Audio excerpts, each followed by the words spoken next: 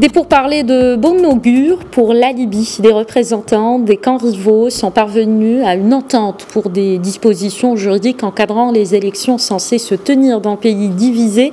Même si aucun texte n'a été signé, une commission mixte formée par le Parlement siégeant dans l'Est de la Libye et le Haut Conseil d'État qui fait office de Sénat basé dans l'Ouest qui s'est réuni à Bouzneka du 22 mai au 6 juin.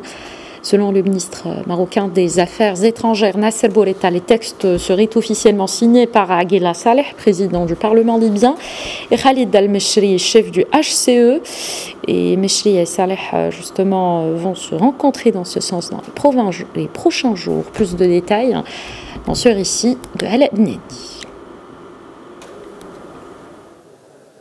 Grâce à la médiation marocaine, la Libye sort petit à petit à la tête de l'eau. En ce début de semaine, les dirigeants libyens se sont mis d'accord à Srerat sur les lois qui régiront les élections présidentielles. Une issue de taille, après de longues discussions, l'accord définitif au sujet de ces lois sera débattu dans les prochains jours.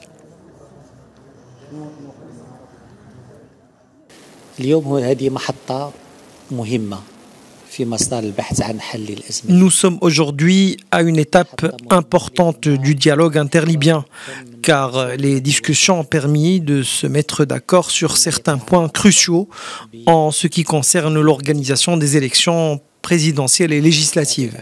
Je disais que nous vivons une étape importante aujourd'hui, car les deux organes principaux concernés par la préparation des lois électorales en Libye se sont mis d'accord via la commission mixte 6+6 sur le processus de règlement de la crise, conformément à l'accord de Srerat signé en 2015.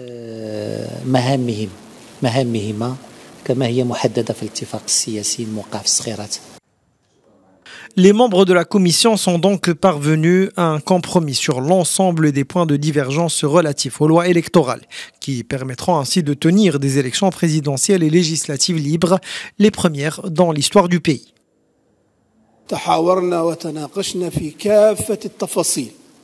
Les membres de la commission sont parvenus à un compromis sur l'ensemble des points de divergence relatifs aux lois électorales. 2 lois ont été élaborées. La première concerne l'élection du Parlement, soit la Chambre des représentants et le Sénat, alors que le deuxième texte porte sur l'élection du chef de l'État. Ces lois n'interdisent à aucune personne de participer au processus électoral et ne prévoient pas d'exclusion, de même qu'elle offre l'opportunité aux partis politiques de jouer un rôle fondamental dans le processus électoral.